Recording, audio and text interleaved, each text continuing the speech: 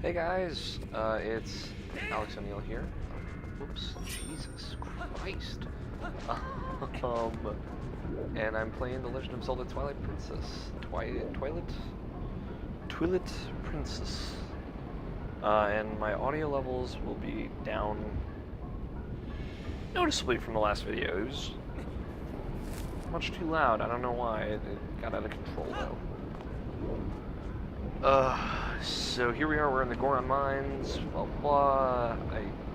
I sumo wrestled some Gorons, it was pretty hot. Link was all like, oh, he didn't do any of those things. I made that up. And I said last video, this is kind of like one of my favorite dungeons in a Zelda game. I really like it. I'm thinking, now I'm like playing it again. Twilight Princess has a lot of dungeons that I really like.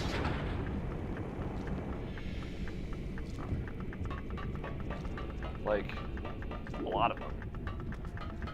I think the first dungeon is a really, really good introductory dungeon. Much, I won't say much better than Skyward Swords, but better.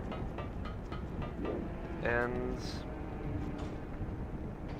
yeah, there's some really strong entries.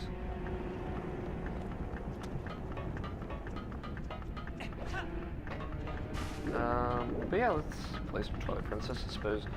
Got a fresh beer here, no longer nursing a rum and coke. I'm doing good. Well, at least I think I am. Maybe. Shit. Already messed up. The water monsters are gonna attack me. Yeah, like, kind of like the big thing in this dungeon is the iron boots, which they use exceptionally well.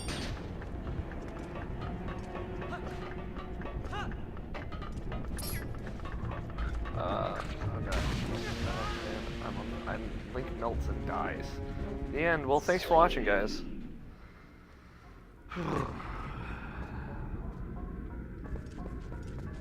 Never mind.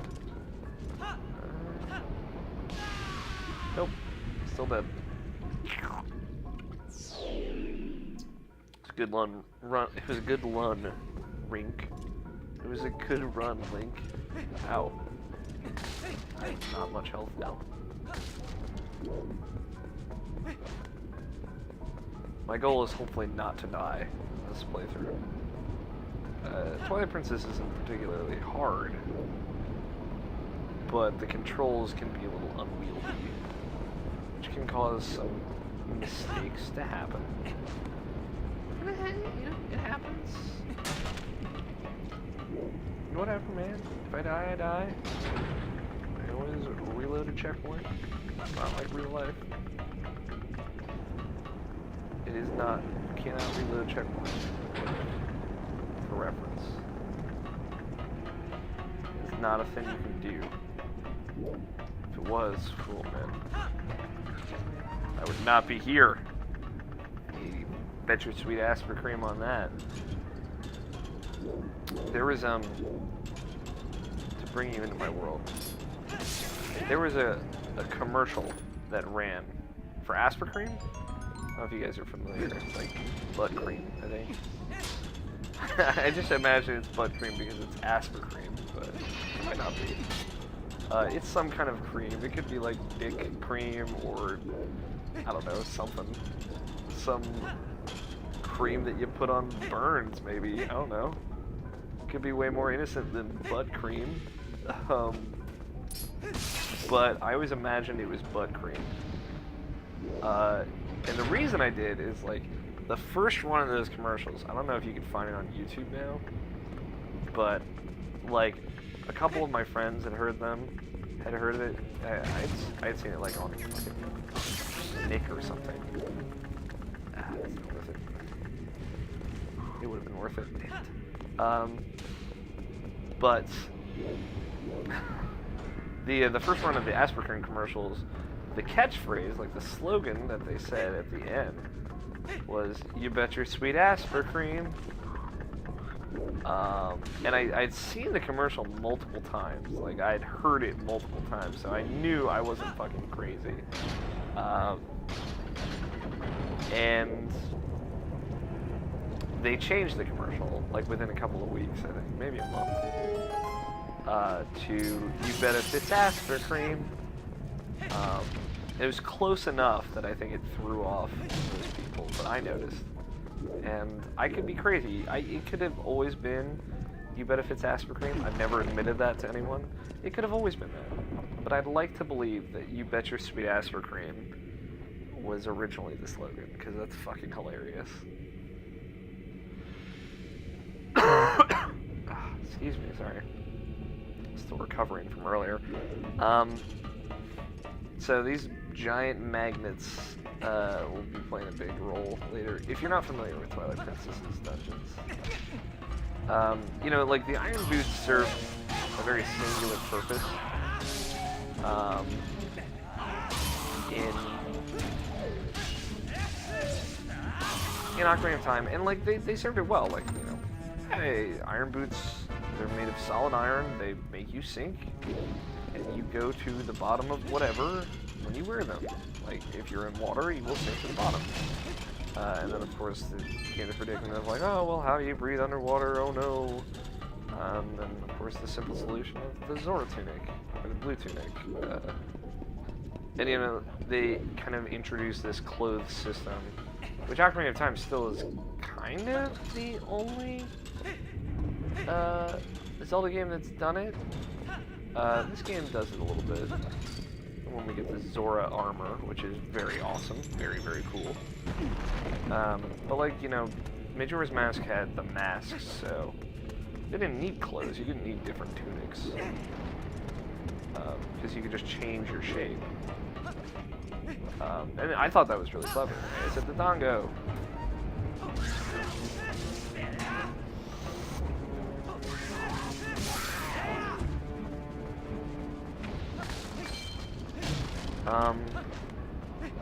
I really like the enemy designs in this game, for reference.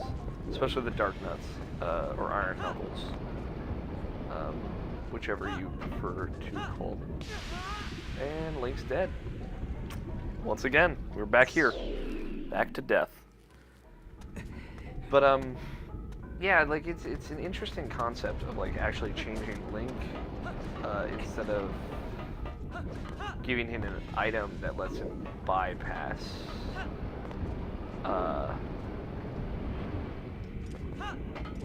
like, certain obstacles. Like, in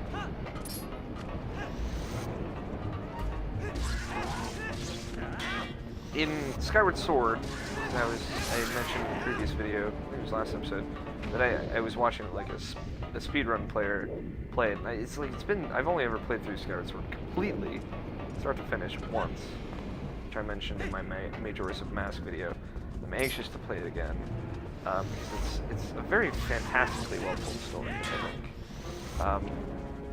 And it has some very good puzzles in it, and I think the final dungeon is fucking fantastic. It's probably the best Zelda dungeon, or one of the best Zelda dungeons ever made.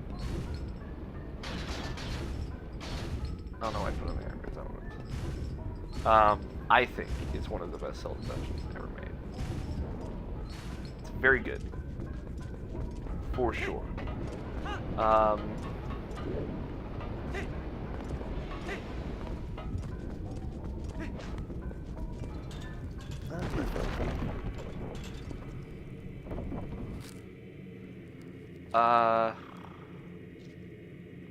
Sorry, I lost my train of thought for a second there. But, like, Link is much more capable in Skyward Sword. He can just do a lot more. You know, he can swim really, really fast, really efficiently. He can kind of do that Zora spin out of the water, or flip out of the water, which I had totally forgotten about, by the way.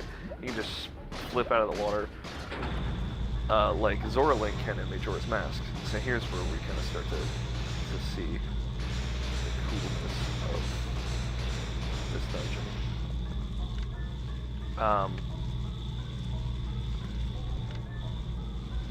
And he can sprint, he can run really fast, he can kind of Assassin's Creed style run up walls a little bit to grab edges, which I had totally forgotten about, but that's a really awesome thing that you can do.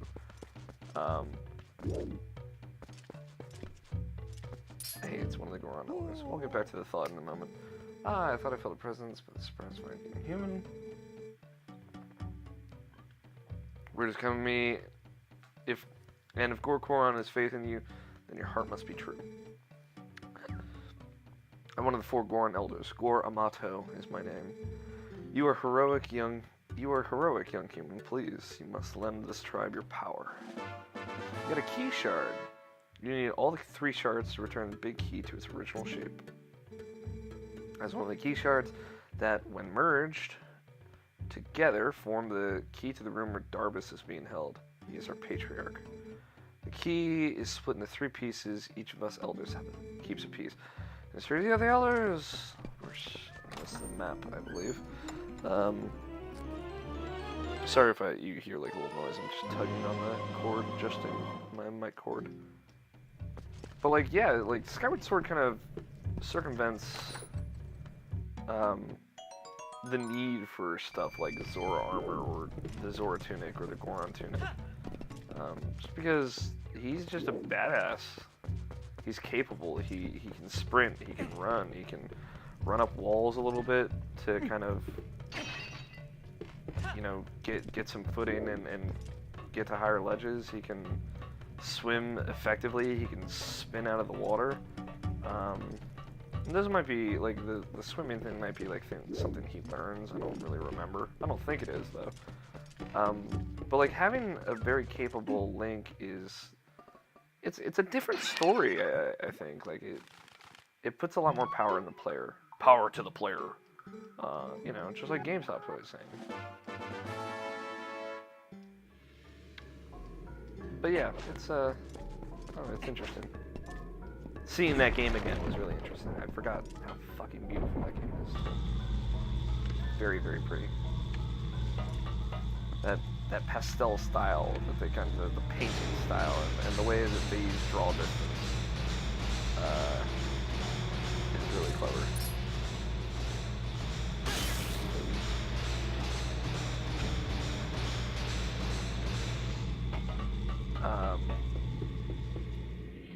I'm excited to play through Skyward Sword. See it again. In motion. On my big ass TVs. I have a huge TV. 60 inch, baby. Oh yeah. 60-inch LED.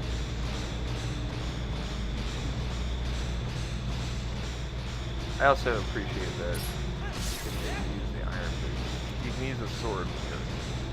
Thank God.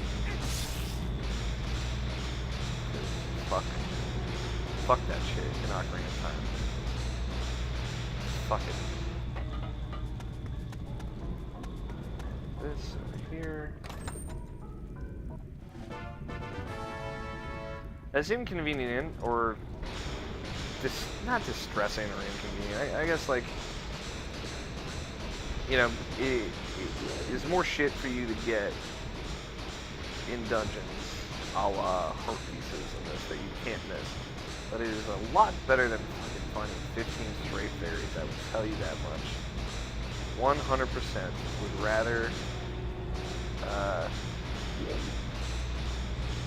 find 2 heart pieces than 15 stray fairies. I don't think anyone's disagreeing with me there.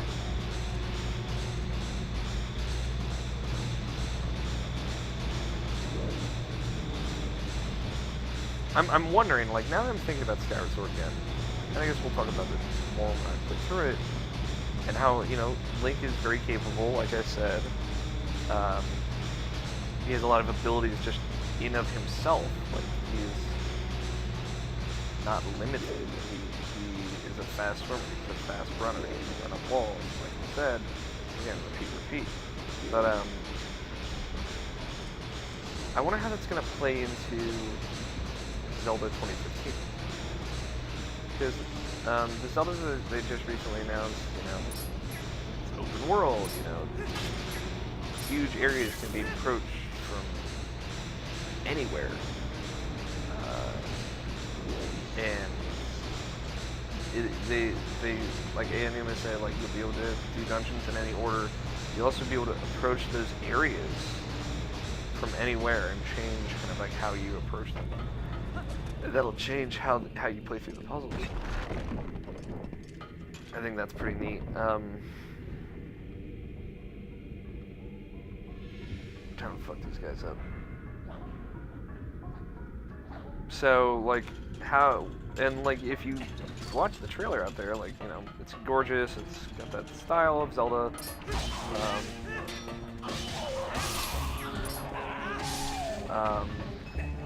It's got the style kind of like Skyward Sword, a bit more stylized. Skyward Sword was kind of like Twilight Princess meets, just like the paint style, like where all the characters are still kind of human shaped and normal looking. They just have like, some of them have like the weird Zelda look to them. Like, a lot of characters have the weird Zelda look to them in this game as well. Like, that hasn't changed. Like characters like Groose, for example, the best character in Skyward Sword, save for Zelda. He has like a, you know, he's a weird face, he's got funny hair, he's got weird lips. He's got a very, like, funny look to him. Which I'm not knocking, that's fine. I love Groose. Groose is great. And like a lot of characters in this game too, like, Romano or whatever.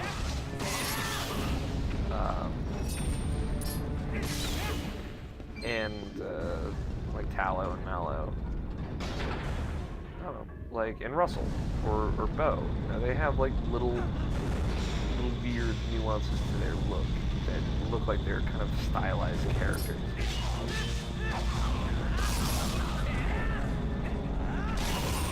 So, you know, they don't look like just everybody else. They don't look like standard white male protagonists with shaven head, and that's wonderful. That's something Zelda always brings to the table, is goofy but interesting and unique characters, whether they be minor characters or major characters. It's kind of crazy to see these guys back all the time.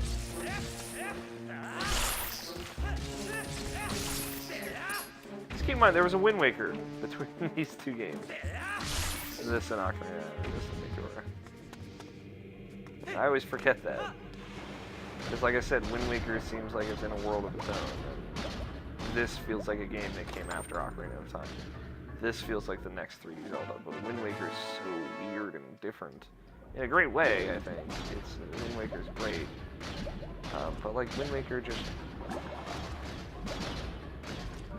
It's, you know... It's different for better and for worse. Wind Waker is by no means the worst 3D Zelda, but it is by no means the best. It is a great game, though. I was looking at my my Wii U time. I'll get back to what I was saying in a second, but I was looking at my Wii time. It only took me 16.5 hours to beat Wind Waker. It was great. Easy playthrough. I thought it took me way the fuck longer to beat that game. But it didn't, apparently. But I was saying, like, you know, a more capable Link, if you look at the Zelda trailer, Link, you know, he doesn't look like a normal, like, built human being. He's got like a kind of look to him, or this protagonist. And it was like, I never said it was Link. But it's like, but, you know, he wasn't wearing his green tunic, at least in the trailer, which is interesting, because they've never done that before. They've never shown pre-tunic Link before a game is out, ever. I don't think. Save for this game. They showed some of the farm stuff.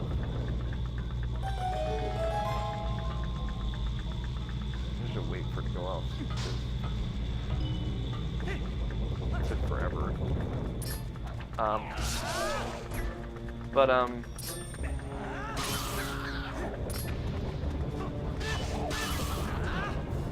he's he's riding his horse, presumably Epona, or definitely Epona, because come on, what other fucking horse would be?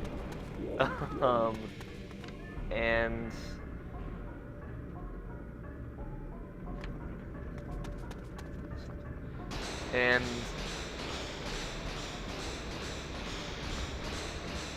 like he's agile. He jumps up. He's got multiple arrows between his fingers, and he's shooting bomb arrows, and then he shoots like this magical arrow. We don't see what happens after that. So that's the other arrow. Okay, got them both real quick, real easy. Good to know. So. Yeah. Maybe Link will be even more agile and capable, a la a character from, say, Assassin's Creed or something like that. Like, he'll be able to jump and climb up surfaces different ways that we've never seen before. Or get items or gear, specifically gear, that is akin to that. I would love to see Link get more gear-based equipment. If I remember correctly, he gets some good stuff in Skyward Sword, but maybe I'm just crazy. I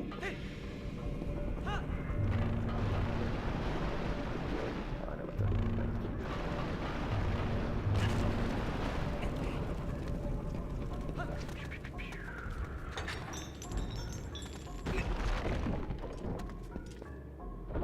I love this area also. It kind of feels like a western, like a western mine.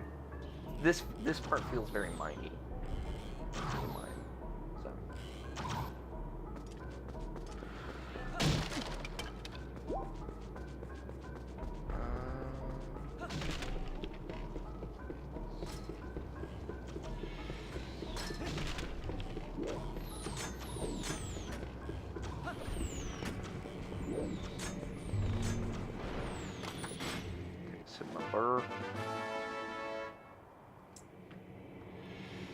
Yeah, you guys won't key. Huzzah!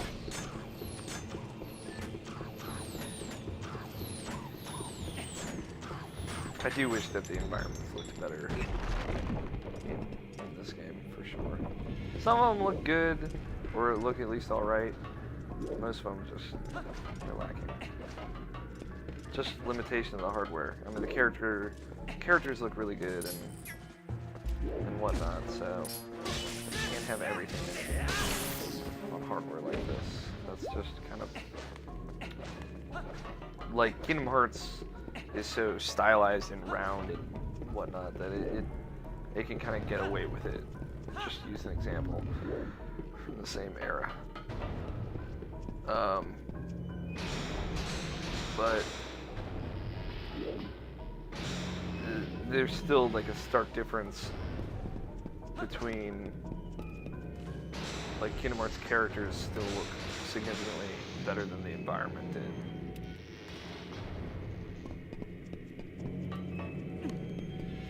So,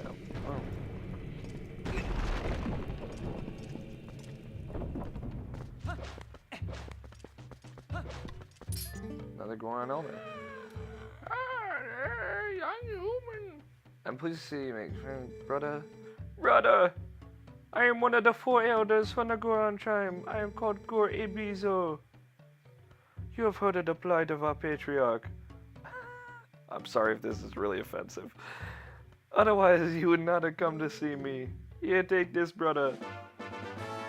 I think it's really funny. He shared me all 3 shards of some biggies. Now there's one more shard, but seeing you has reminded me of the dangers that line the path to it. There's something that may help you. A weapon said to have been left in this mine by a hero of old. It is beyond price, so we have to protect it through generations. Now when our tribe balances on the brink of ruin, it could aid in our salvation. The hero's weapon is stored safely up ahead. Talk to the god and take it with you. With the blessings of the Gorons. Brother. That's always how I have imagined he talks, but like an old, brother! With the blessings of the Goron, brother! Something like that. Kind of Sebastian, but like crankier. Just saying something. Crabbier. Go watch The Little Mermaid. I don't know. It's my recommendation for the day. Did you guys know The Little Mermaid is still an awesome movie? I watched it recently, and I had an emotional experience. I had a trip, alright. Tell you what. Brother.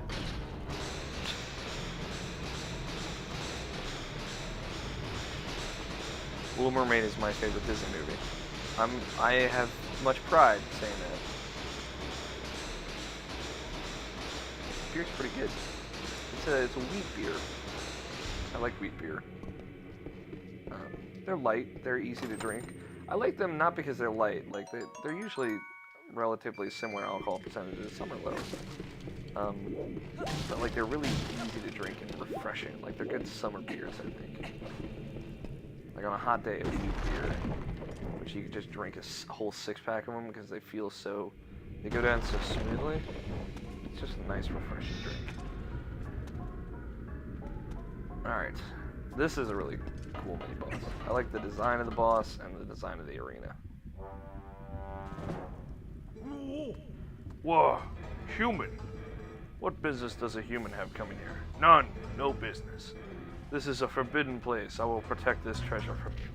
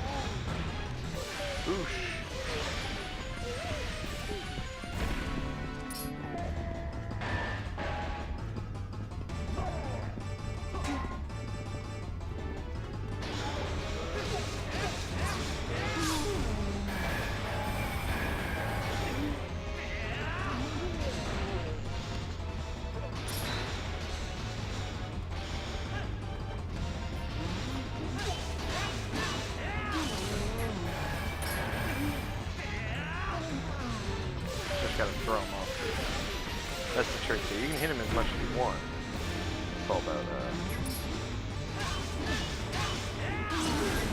throwing him off. Which can be tricky sometimes. You gotta position yourself well. You don't want to slip and fall because you're not wearing the iron boots, so you can't fall. I love his armor.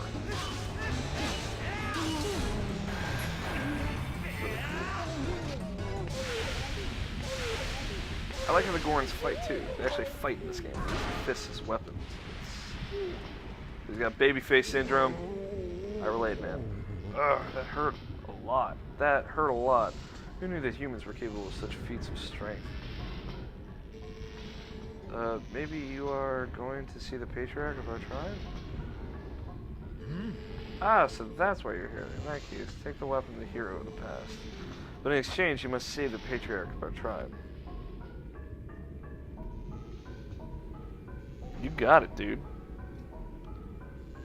I'm trying to adjust my audio so I'm not too quiet, I'm not too loud.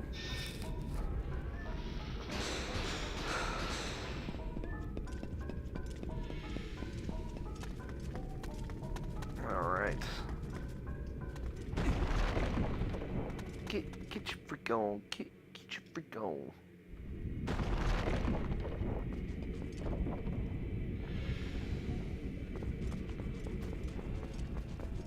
Love this. I love the bow in this game. I like that, again, they throw kind of like a curveball at you. They give you the bow pretty early in the game, where you get it pretty late in the game in Ocarina of Time. Like roughly a third of the way through Ocarina of Time, I think. Roll to 30 arrows. Fuck it up to 9. I almost said 999. 99 arrows in this game, which is a fuck ton of arrows. But the problem is, like, why the fuck do you get the slingshot? Because you never use the slingshot again. Like, like, ever. I can't think of one instance where you use a shotgun. So like, this is a scenario where I kind of like to have the pointer on.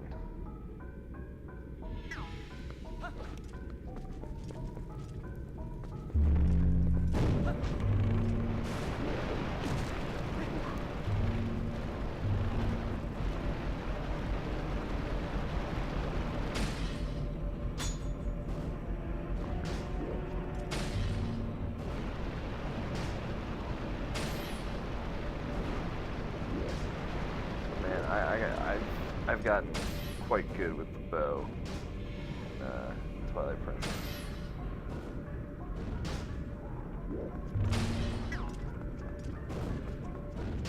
A lot of usage, a lot of time. You get fucking good at slinging that shit like a fucking cowboy. Actually, yeah, I'll go through.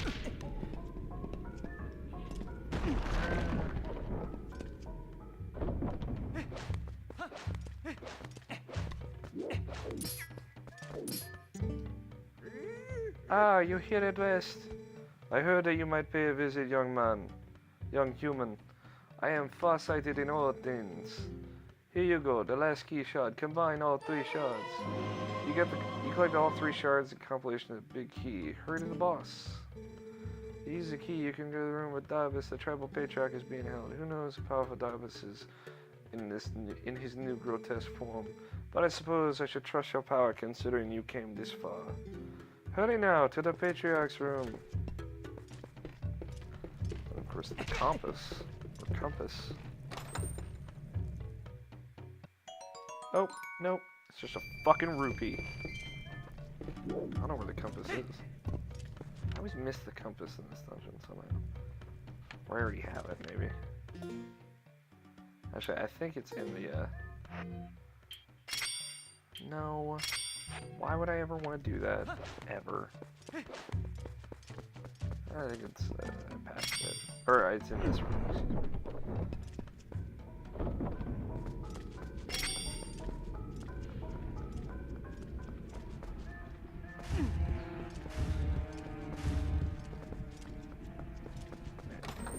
Yep.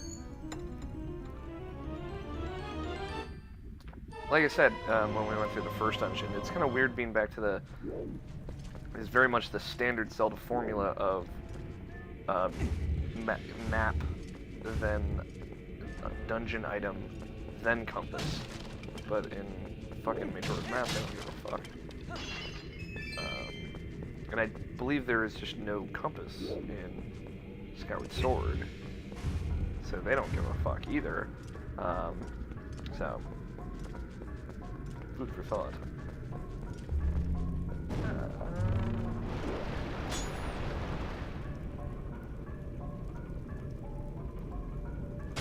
I love the look of the bow in this game as well.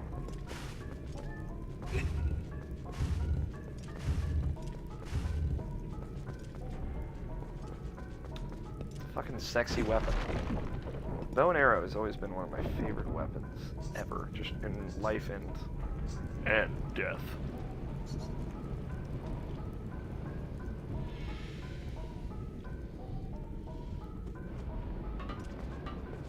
And my axe.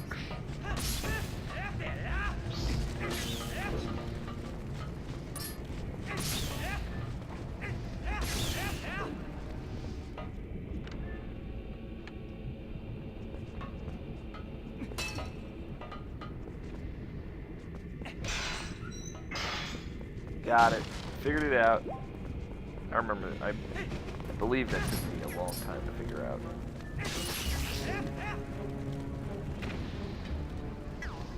God damn it.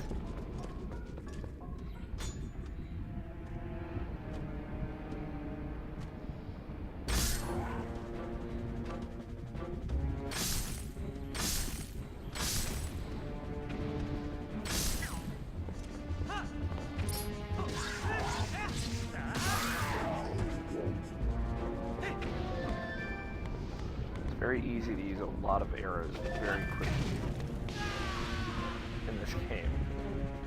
is, oh god, the thing is just so quick and precise. I fucking love it. I fucking love the bow in this game. For sure, one of my favorite items in the game. Although, I was so excited when I figured out, like I was using context clues from the environment, I figured out that they would give you another claw shot. It's kind of like how you hang off of the environment with the claw shot. It was pretty easy to put two and two together. But I got so excited. And the fucking double claw shot is an awesome item. 2 claw shots. It's fucking great. And then it does this, which fucking freaks me out. For obvious reasons. You just fucking pull out the bow, it's like, oh, it's right side up now, what is happening? It's understandably jarring.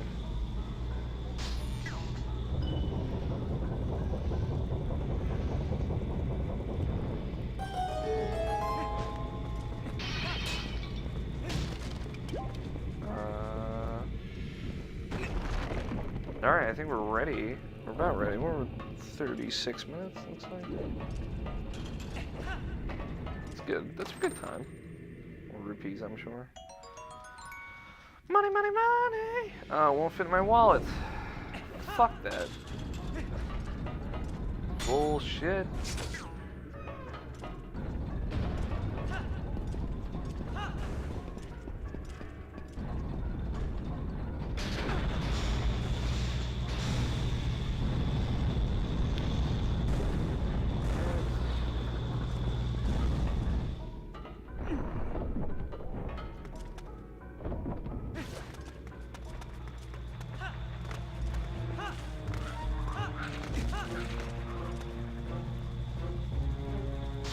Here, but who cares? Because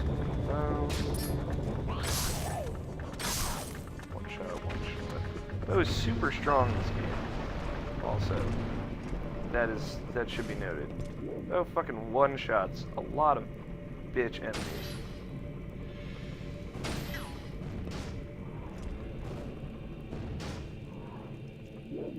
Wasn't sure if anything happened if I killed both of them. So I stopped to find out. No. Alright. Fucking country western this shit. Boom. A lot of snipers here.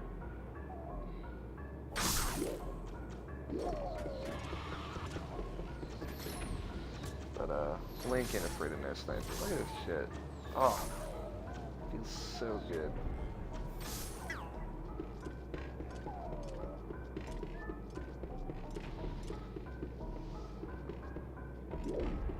It looks badass too.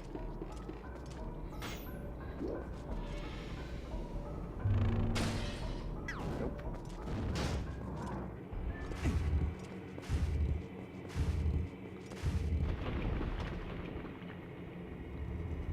Magic doors, guys. Never doubt the magic of doors.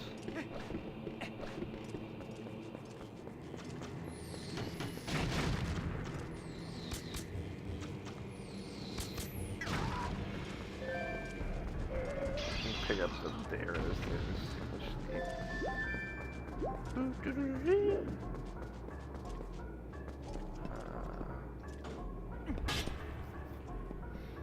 Sorry, I had to scratch my face.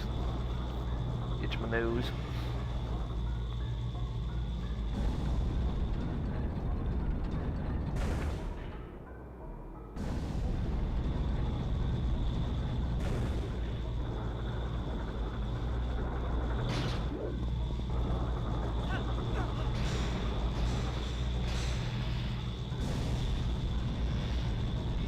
Not jarring at all.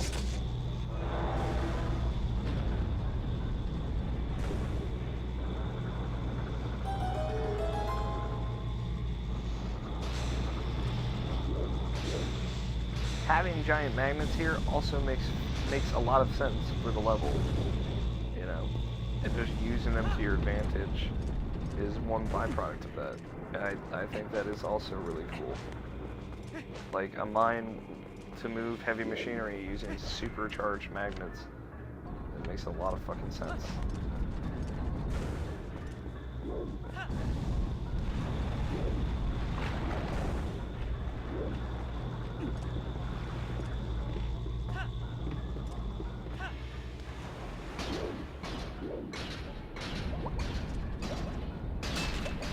Use your sword underwater.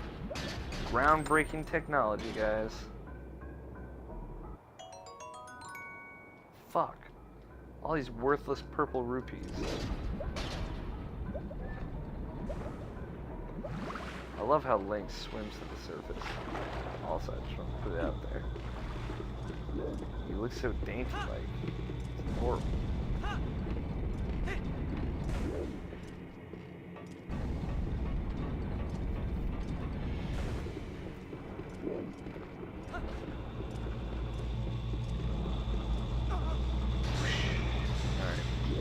I don't know what the chest over there is. Wherever it is.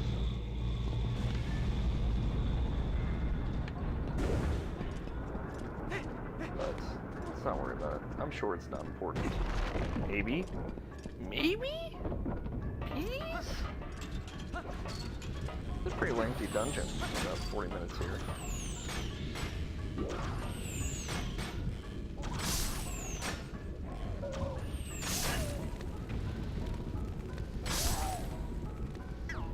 Double kill.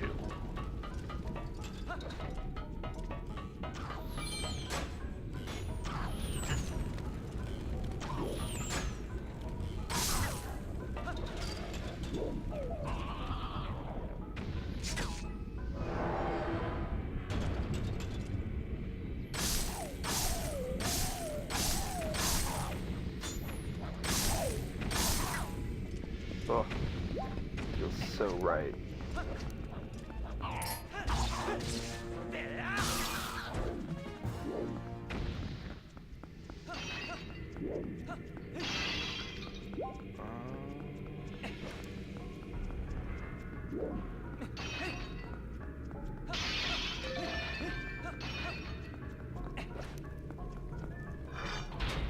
All right.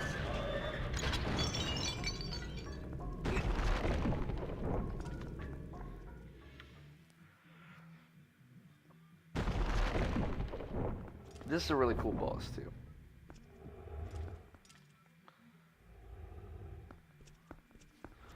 In the original Twilight Princess trailer, I thought when you see this boss's face kind of light up, I was like, oh shit, that's Ganon. I thought that was Ganon, like Ganon. For those who don't know, Ganon is in this game in a different way, like this shot, when it lights up. You can actually see, if you look at his face closely, it's like, oh, that is the fused shadow. Like, that is, it's taken a different shape, but that is the fused shadow. You can tell by the design. But no, this is the Patriarch possessed by the fused, but in darkness, the fused shadow.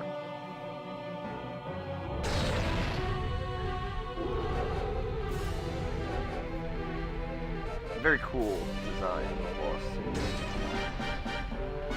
And once again, the boss music. The first boss music is not very good. Twilight Igniter, Virus. But this boss music is very good.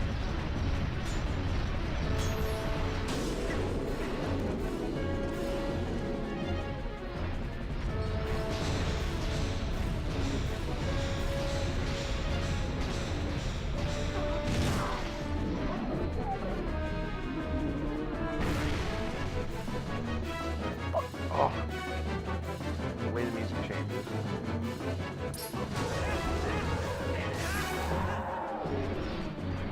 And then it very, very dynamically and well does in a very good way. It goes back to kind of the intense bosses winning music.